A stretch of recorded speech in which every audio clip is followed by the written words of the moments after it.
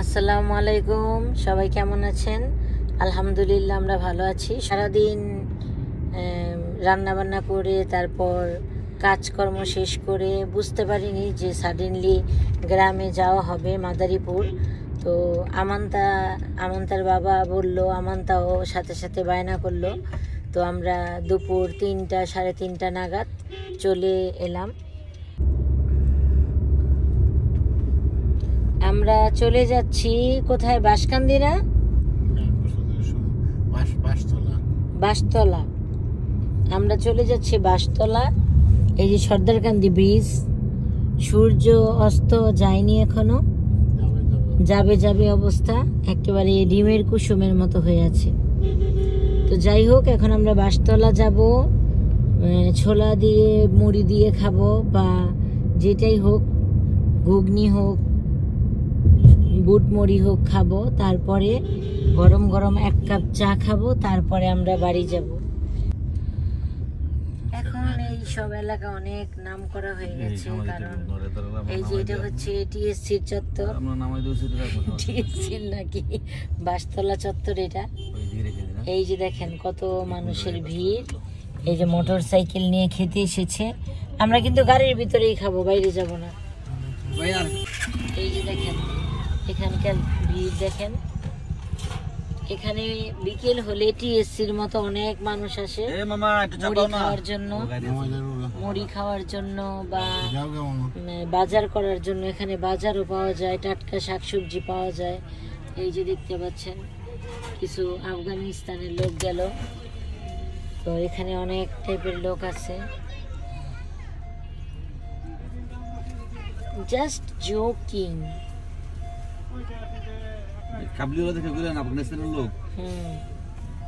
এই যে ছোট ছোট পেঁয়াজু, ছোট ছোট পেঁয়াজুর সাথে মুড়ি মাখা। খাওয়ার পরে গাড়ি চালান, নাইলে পড়ে যাব। এই যে খুব মুচমুচে আর গরম, মাত্র মনে হয় ভেজেছে, তাই না?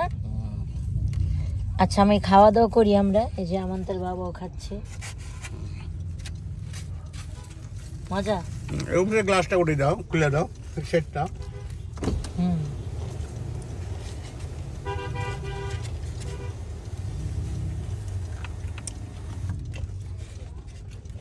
এই যে আমাদের মুড়ি আর পেঁয়াজু। মামা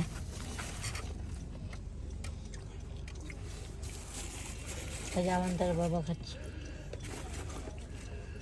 পেঁয়াজু গুলি মজা, একেবারে নরম। মুড়ি লাগে কামড় দান দেন কেমন লাগে। আমরা চলে এসেছি প্রায়। এমন তার বাবার এখনো খাওয়া হয়নি। এই যে আমরা একটা ব্রিজে উঠছি। এটা কি ব্রিজ? এই ব্রিজের নাম জানি না। এটি হচ্ছে নাম না জানা ব্রিজ। আর এই যে নদীতে এখন একটু পানি আছে। আর এই যে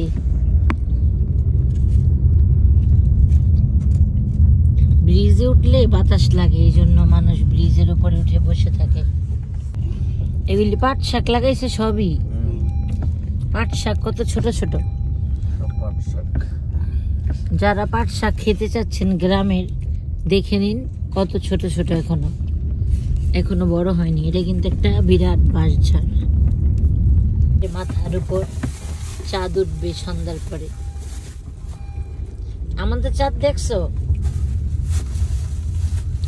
এই যে বাঁশঝাড়, ভূতের ঝাড়, বাঁশঝাড়।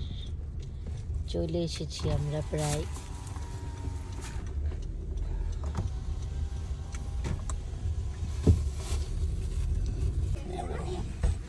কেমন আছো তোমরা? ভালো আছো? এই যে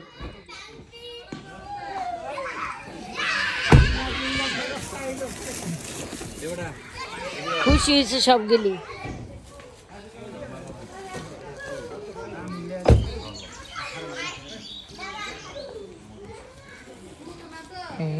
কি গো, ভালো আছো? আছি ভালো।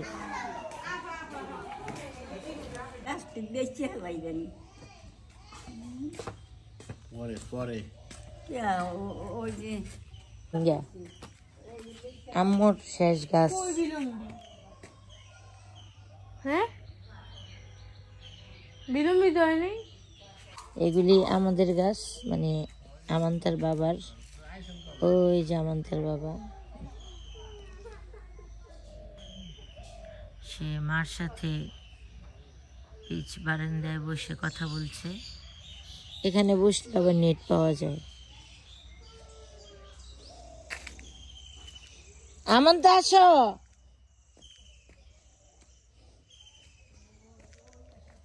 আরে সব বাগানের গাছগুলি কেটে ফেলছে। এই যে গাছের গোড়াগুলি মাঠ হয়ে গেছে পুরা। দেখি আমান্তার বাবা নাকি গ্যারেজ বানানোর জন্য মাটি কাটাইতেছে, দেখি গিয়ে।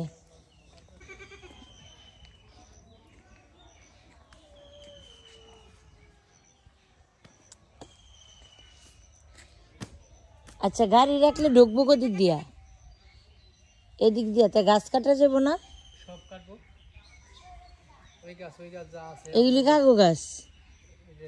গাছ তো হ্যাঁ গো। ও এই জায়গাটুকু তোমার ভাই পাইছে? কোন থেকে দইরা? ওই খুঁড়া এই খুঁড়া আর রাস্তার অর্ধেক। তো অনেকখানি জায়গা। রাস্তার অর্ধেক? অর্ধেক আবার তুদন দেয় বসে। ও রাস্তা জনজনের মধ্যে। বুঝছি বুঝছি। ও এইখানে একটা গ্যারেজ হবে, আমান্তার বাবা একটা গ্যারেজ বানাবে। গ্যারেজে যদি আমরা আসি গাড়ি রাখার জন্য, 2টা গাড়ি রাখার পরিমাণ একটা গ্যারেজ বানানো হবে। এই যে মাটি কাটা হচ্ছে।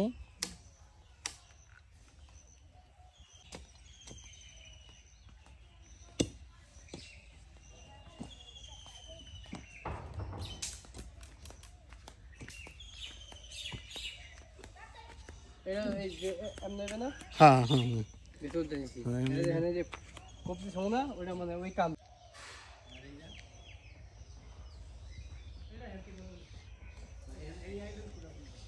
এই বাসা সবাই ইটালি থাকে। তাদের বড় ছেলে, তাদের 2 ছেলে 1 মেয়ে। তাদের বড় ছেলে ইরান, ইটালিতে রোড অ্যাক্সিডেন্টে মারা যায়। ইরানের কবর এটা। আল্লাহ ইরানকে জান্নাত নসিব করুক। ওরা 2 ভাই অনেক ভালো। এই যে আমরা এই রোড দিয়ে আসি গাড়ি দিয়ে, আর এই বরাবরের রোড, এটা মসজিদ, তারপরে কবরস্থান, এটা হচ্ছে বাড়ির রাস্তা। এটা আমার এক দাদা শ্বশুরের কবরস্থান। গ্রামের বাড়িতে ম্যাক্সিমাম বাড়ির বাইরে মাটি দেওয়া হয়।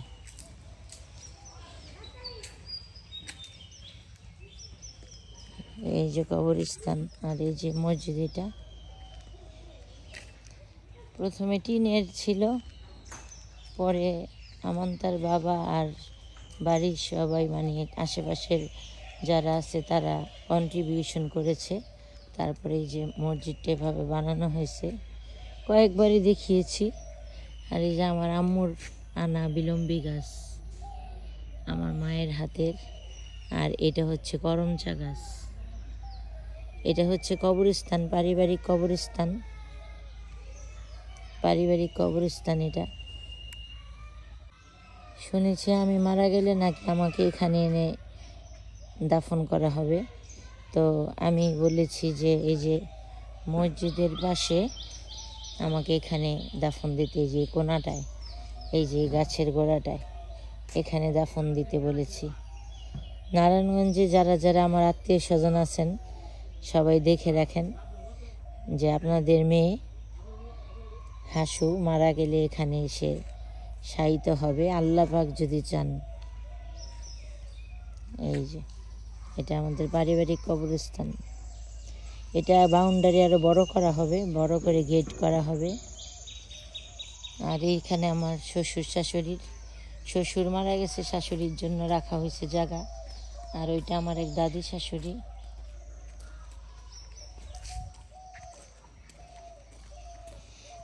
আমার সেজু বাসুরের বাসা, ওইখানে যাচ্ছি। তারাও গৃহস্থ, তারাও অনেক চাষ টাস করে, এখান দিয়ে ওই পাশে যায়, যাই দেখা করি।